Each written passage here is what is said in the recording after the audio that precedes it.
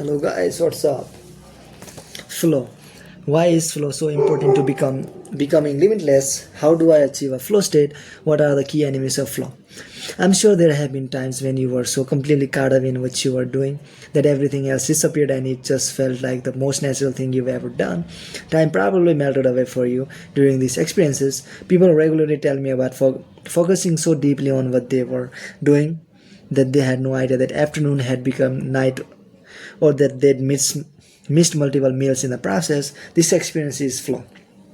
In his groundbreaking book Flow: The Psychology of Optimal Experience, psychologist Mihaly Csikszentmihalyi describes flow as the state in which people are so involved in an activity that nothing else seems to matter. The experience itself is so enjoyable that people will do it even at great cost for the sheer sake of doing it. To Csikszentmihalyi, flow is an expression of optimal experience. Dr. Csikszentmihalyi describes flow as having 8 characteristics. 1. Absolute concentration. 2. Total focus on goals. 3. The sense that time is either speeding up or slowing down. 4. A feeling of reward from the experience. 5. A sense of effortlessness.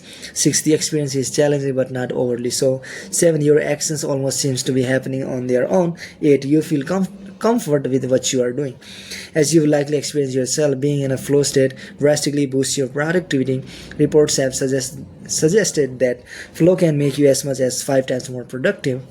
The people at McKinsey have been imagining a workforce where flow is commonplace.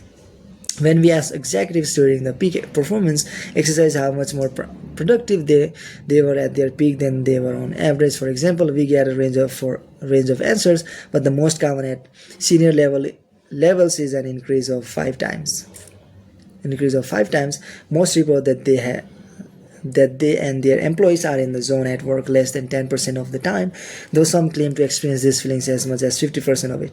If employees working in a high EQ and high MQ environment are 5 times more productive at their peak than they are on average. Consider what even a relatively modest 20 percentage point increases in peak time which would yield in overall workplace productivity. It would almost double. Winning with flow. Patrick, a member of our community, struggled constantly with ADHD and an inability to focus. It had been a problem for him throughout his life. He was easily distracted, or in the reverse, he was hyper-focused to the detriment of everything and everyone around him. He even experienced this during his Brazilian Jiu-Jitsu tournaments. He had difficulty deciding which technique to use with opponents and felt as though he was trying to use every move at once. Even though many of them weren't appropriate for the situation, his inability to focus affected his work, his family life, and his favorite sport, and he felt a high level of stress nearly all the time.